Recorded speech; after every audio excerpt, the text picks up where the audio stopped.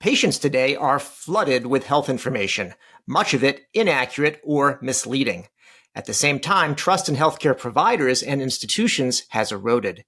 So how can patient education cut through the noise and actually help?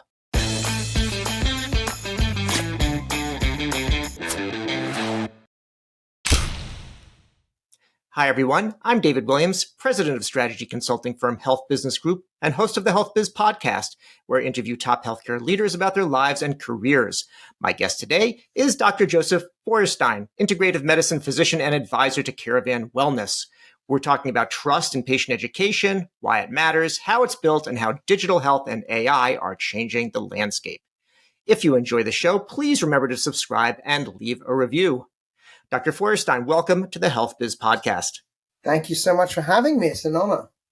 Well, we're going to be talking about how healthcare professionals and content creators can better earn patients' trust, especially as misinformation spreads online. So let's start off by, what does trust mean to you in the context of patient education? So, firstly, I'll tell you a secret, which is that physicians are not infallible. We do not know everything. And so we will use online resources all the time. I don't want to give you brands, but for example, generally a doctor's not going to use ChatGPT because there is a better version, a medical version called Open Evidence.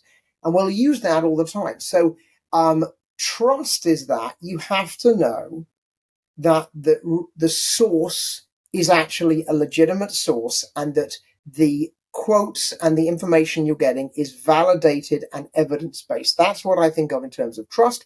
And we do it as much as the lay consumer does it. Everyone's using this all the time. And you have to know where you're getting information from. And specifically to my area of integrative medicine, there aren't an enormous amount of Western resources. You know, there's stuff from Mayo and there's some stuff from Harvard, but it's not the same as, kidney stones. You can just go to Harvard and they'll tell you everything you ever need to know about kidney stones. But if it's a botanical that you want to use, that gets a little bit more nuanced and niche because where's the information? And it can't be from some dude who wants to sell it to you. Exactly. So why is it, and I think you're already starting to put your finger on this, but why are patients struggling to trust health content and even, frankly, their own providers today? Why is it such a struggle? What I would say is that there is an enormous amount of content. The internet is limitless, and you don't know who is behind what you are reading. You just don't know that. And so that is suspect for anything medical. Because, the way these Google algorithms work is that if you've done this and that, then you're going to be at the top. And what you may be saying may be absolutely incorrect, but that doesn't matter because you're at the top and that's what they're reading. And the problem is that patients, now I don't personally find this a problem, which is that I want my patients to be educated because I want my patients to be empowered. But what they want in a therapeutic relationship with me is to tell them the wheat from the chaff. What part of what they've read is actually true and what part is probably not accurate. So I'll give you an example today. I had a patient who wrote to me and said, what do you think of this new test? And I know the test and I know that there isn't enough research behind it. So they're asking me because they trust me to have done the research. But some physicians don't necessarily spend enough time getting into the weeds of all of this. Then there are areas that they perhaps don't have too much expertise with, and that will disappoint their patient. The patients are going to go online. I want to actually ask you how things have evolved, because I remember, I'm going to say maybe it was even up to 15 years ago when patients started to use the internet for information. And I used to hear physicians complain to me fairly frequently that a patient would come in with a bunch of stuff they printed out from the internet, and the doctor had to use the whole appointment to sort of disabuse them of all the stuff they'd seen there, as opposed to kind of going through, whatever program they had planned. Now, things have shifted and people are just much more online all the time. This trust is a factor and so on. How have you seen the evolution? What's different now? Well, firstly, to go back to 15 years ago, it was Dr. Google, because that was literally what it was. And the problem with Dr. Google, and I've said this countless times to patients is that Dr. Google is an incredibly educated first day intern. What do I mean by that? So your interns, it's July 1st in every hospital is when the interns just come. How long have they been physicians for? They've been physicians for exactly 1 day. They've actually been practicing physicians on July 1st. So on July 1st, what they have is a corpus, a body of information that they know, but they have no way to be able to put it into practice in terms of what is likely, what is not likely. So what does that mean? It means that when you don't know, everything is increasingly, all the percentages of probabilities are all the same. So if you sit there and say, I have chest pain, is the number one reason people have chest pain in America because they're having a heart attack? No, it's not. It's going to be reflux or musculoskeletal. There's lots of other reasons. But if you look at Google, it's not going to rate that. It's just going to give you all of these reasons. And you have no clinical experience, just like a first-year intern, no clinical experience whatsoever into being able to triage, okay, what's most likely, what's most serious. That comes with clinical experience. So that's essentially what we were seeing 15 years ago. People would just print it out and say, I think I have, and then they go to the bottom. If we had a list of things, number 10 would be the one that I'm sure they have, and they probably don't have that, but they don't know enough about it because they have no clinical experience. They've never diagnosed this disease. They've never seen this disease, and they don't know actually, it is literally like a first-year intern. And you wouldn't want to, you want to hang your hat on the diagnosis of a first-year intern because they haven't seen anybody. They're not doctors, and Google's not a doctor. What's happened over the last 15 years is really honestly to do with AI and the elegance with which you can ask questions. So it was, 10 causes of chest pain would be what you could do 15 years ago. Now you can sit there and say, I have this, this, and this, and this, and this. I'm 75 years old. I have these risk factors. What is my most likely diagnosis? And AI will tell you. And I have a startup that uses AI. So I use AI all the time for a specific purpose. And the problem with AI is that it doesn't want to disappoint. So if it doesn't know the answer, it makes it up. A good doctor who doesn't know the answer says the following: I don't know. I'm going to ask a friend who's a specialist, or I'm going to go and research for you. That is a good doctor. AI will just make something up. That's the problem. Great. I want to talk about building trust. Now, I talked about the challenges of when we don't have it or the patients have trouble with it. Can you share a story maybe from your own practice where building trust had a real impact on patient care? I mean, I have a kind of boutique concierge practice. So it's small, it doesn't take insurance, and they know that I will go to war for every single one of them. So I have the general impression from the nature of the relationship that I also go to their houses. So I know these people intimately. I know what they have for breakfast because I see it. I know their dogs and I have their Wi-Fi. That is the ultimate in trust, is that they just ask me because they know I'm either going to tell them I know or I'm going to find out the answer, and they know they don't need to worry about it. You know what I'm saying? It takes time. That's the point. And you don't do that in a 15-minute or a 20, 30-minute once-a-year physical. You're not building rapport. You're not building trust. You're trying to get through a whole load of questionnaires that the United States Preventative Task Force thinks is important. And it takes time to build that relationship.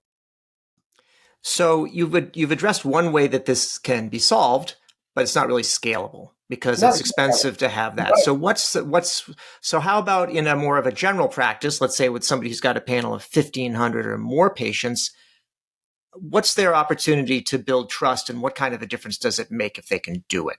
So you can't be an expert on everything. And so generalists, I mean, my residency was in family medicine, but then I spent 15, 20 years after a fellowship in integrative medicine. So that's my area of focus and my niche area. I do a lot of educating through podcasts, through webinars, through videos all the time. I've written 2 books. That is how you build trust. The fact is that over time, you end up with people who trust what you say because they've listened to you say, whatever it is. Every time I do a video, I've done probably 400 different. They're called the MD Minute. They're once a week. Every single one of them is based on research that was just published, literally just published. Whatever. I'm going to do one about beans. It's going to be all about the health benefits of beans, but it's coming from a published clinical trial that came out 2 weeks ago. So people now at this point are used to the fact that they trust what you're going to say because they know it's evidence-based. And that can be done. These videos I do them in 90 seconds. Anybody can do them. You just need to be reading medical journals, which is your responsibility if you want to keep up to date. And that is the thing that you're going to disseminate to your patients. That will build trust because now they see that you have a level of expertise on whatever it is that they're interested in. It takes years to do, but the point is that that's another way, and that's to everybody. That doesn't have to be to your little boutique concierge practice. So then let's take it from the patient perspective. So the patient that where you are their physician and you go to their home and you have all the information and the trust, like you said, that's pretty straightforward. Now, when I go on to the internet, I might find you, but pretty much right next to you, I'm going to find a lot of other things. So as a personal example, I had a hernia repair last year, and I found actually fantastic physicians. They actually just do hernias. I actually have a video on that if people want to see that. But when I search for them, you should see the sort of stuff that comes up next to it. How someone cured their hernia with this, that, and the other, and it's 90% about that. So how does a patient get access to the same kind of information and find the trusted source? So before I went into private practice that didn't take insurance, I was the director of integrative medicine at one of the largest integrative medicine centers in the country, and I took insurance for 15 years, and I saw 45,000 patients. So I know how that looks. What I said to all the patients is, if you're going to go on a website, you want to go on a website that is known and is a recognized entity. If you're looking for a Western medical condition, you should be going to the Mayo Clinic. You should be going to Harvard. You should be going to Stanford. Why? Because they are going to have done the research and they will be evidence-based. They're going to steer you in the right condition. If you go to integrative medicine, that's a whole separate discussion. Then it gets a little bit more complex. And so then it depends on which disease and who's doing what. And then there's more nuance. But generally, if it's a hernia repair, you want to know, how do I get hernia repair? What happens in a hernia repair? You go online and you're looking for the recognized brands because they are legitimate.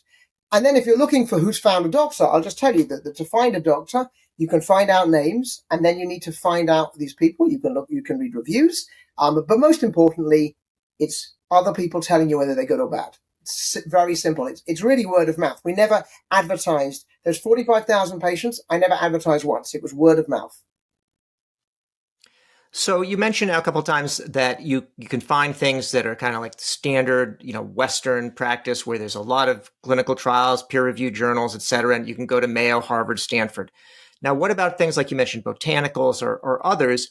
Are you suggesting that there are good data sources and trials, and it's just that they're covered by different brands? Or what is the... Brands because they're more niche. So, for example, Memorial Sloan Kettering, which is obviously a cancer center, is going to have a list of botanicals that might be used by someone who is dealing with cancer.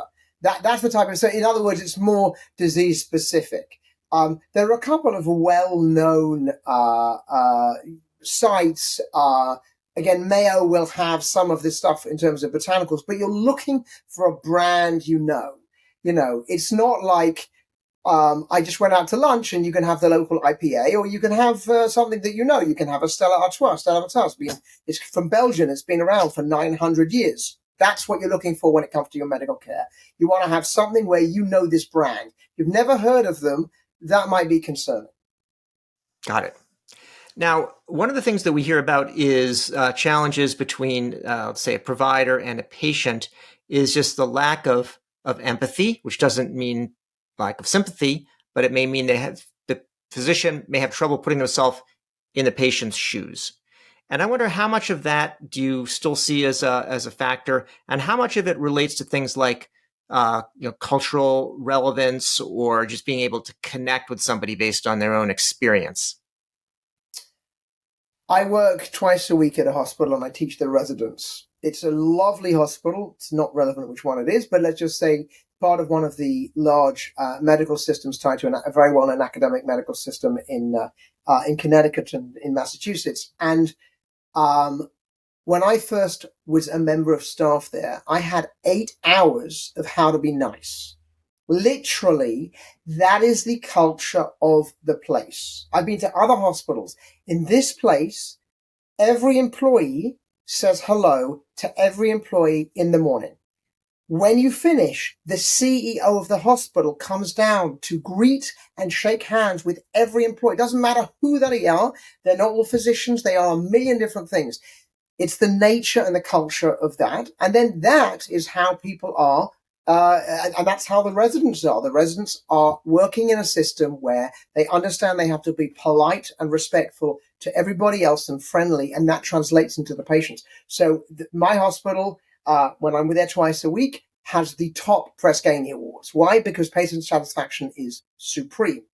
So empathy is part of that. It's something that can be learned. I have to be honest with you. It's something that can be learned. We're all humans, and there are some cultural aspects to that. But the 8 hours of how to learn empathy were very useful. There's techniques. Good. All right. Good to know. And we'll do a different podcast on that, perhaps.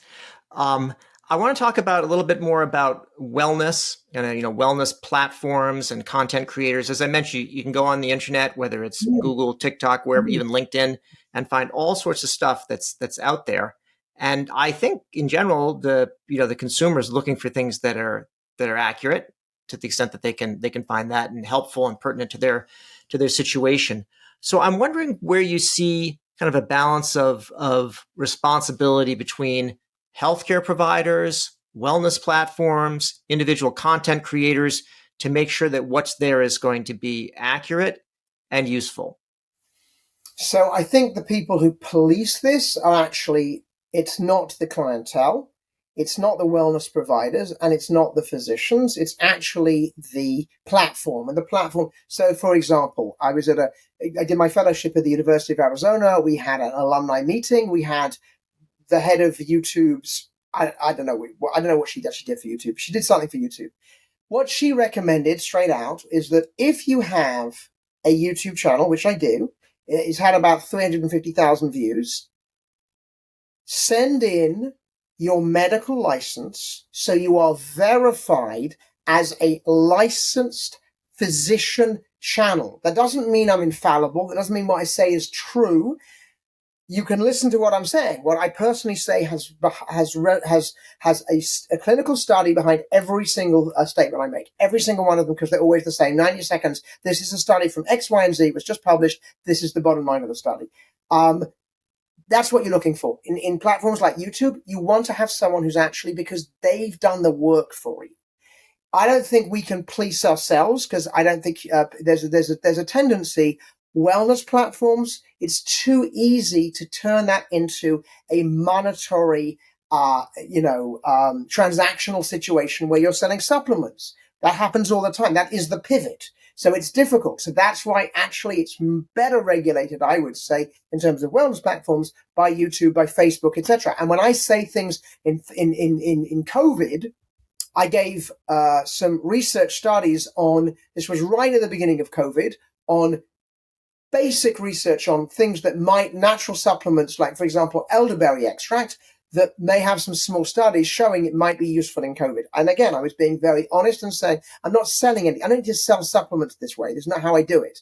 But the point was that Facebook immediately took me to task and said, you're now treating COVID. And I said, fine, I won't say this anymore.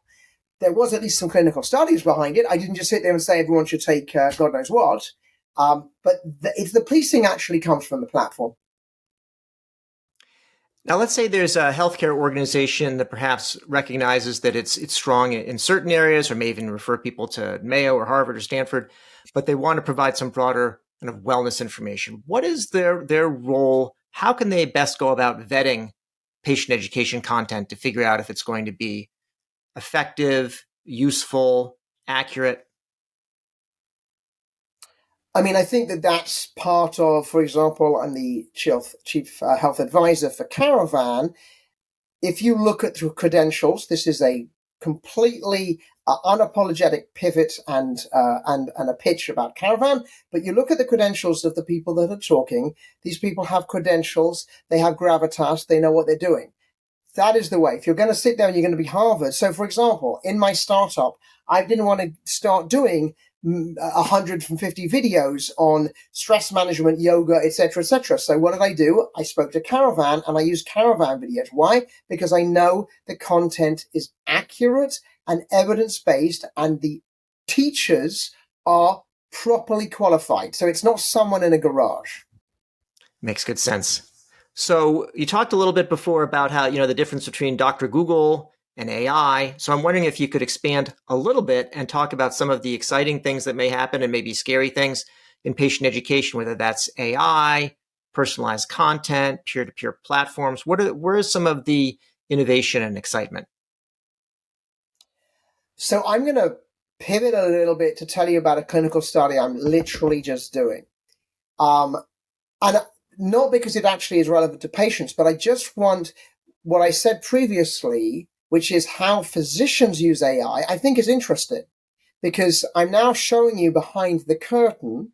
I'm showing you under the skirt, if you will, of what actually physicians do as to how they get information. Now, 20 years ago when I was a resident, I'll tell you where we used to go. We used to go to the library. Literally, you go to the library, you go get a journal, and you sit there and look it up.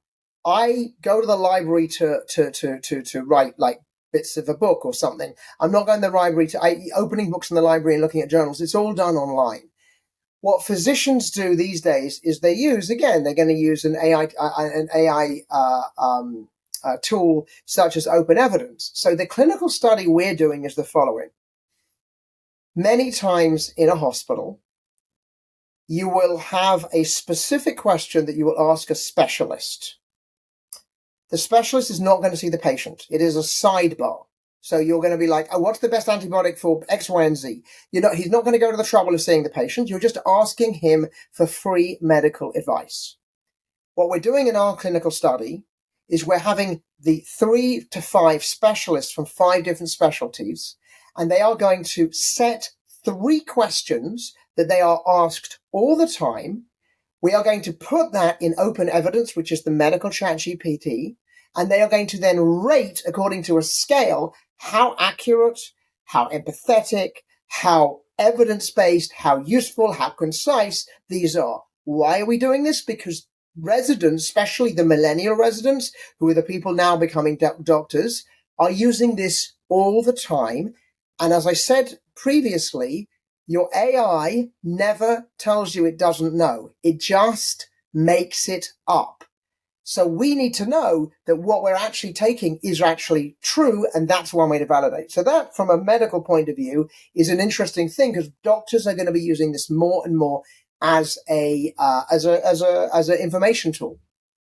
Yeah, one thing physicians have done well, or en masse anyway, is using a tool like Uptodate in particular. So I'm thinking about the example of, how was there such a wide uptake of it? And what happened was, they'd go on grand rounds and somebody would ask a question and the resident would actually have a great answer because they actually looked it up in Uptodate. And then it turns out, the attendings they have to start using it as well. How is that involved? So Uptodate was a great resource, and in integrative medicine we have this thing called natural standard, but it's the same principle. It's monographs to tell you everything you need to know. And if you want to know, if you don't know anything about the disease, so if I see with a resident and we see something that there's 1 in 300 in the world, that will be in my Uptodate because I'm not going to know about this. That is literally like opening a medical textbook. I don't need to. It's on Uptodate. I've got it literally the app on my phone. I pay $500 and I have that. But on a day-to-day practical thing where I know roughly what I'm going to do, I want to ask a specific piece of information. I'm not spending 10 minutes looking at Uptodate. Like, for example, randomly, we're in Connecticut, Massachusetts, there's people who get tick diseases. Are certain tick diseases associated with abnormalities in liver function tests? Because I'm trying to work out what's wrong with the patient. I'm not going to spend 20 minutes looking at Uptodate to get to the point where it says Ehrlichia causes LFT abnormalities. I'm going to go on open evidence, and I'm just going to say, does Ehrlichia cause elevated abnormalities in liver function tests? And it's going to tell me, and I got the answer. That's how we're using it now. Up-to-date is a general thing. This is very nuanced. It's much more elegant. Got it. All right. You have That's to know super what you're helpful. doing. Right. You have to Yeah. if you're a doctor, you need to ask. If you don't ask the right question, then you're not going to get any information. The patient has this, this, and this. What do you think is wrong with the patient? You have no idea either. So they're just going to come up with whatever they come up with. And it's AI. It's going to hallucinate if it doesn't know. So for the last question, I want to turn to a topic I always ask people. What are you reading these days? Anything you would recommend, or anything you would recommend to avoid? I have two books that I read a lot of books at the same time in different areas. Like when I'm working in the hospital, I have a book I'm reading anyway. But the two books I want to recommend to you, one of them is with a buddy of mine who was in the same fellowship. Her name is Dr. Ailey Cohen, and she has written a book. It's published by Simon & Schuster, and it's called Detoxify. So let me tell you what this is. She is an integrative rheumatologist. She knows what she's talking about. The amount of environmental load of toxins that we have in our bodies from plastic, the air, the water, etc., and what it's doing, and is really quite concerning. You read what she recommends, and she literally is reducing your pesticide load, your BPA load, your BPS load, all of these things, all of these different things that your body has to try and get out of its body. And it's helping to do that. It's a really very clever book that will open your eyes also to the complete real lack of regulation compared to Europe. What goes on here is just ridiculous. You can pretty much do what you like.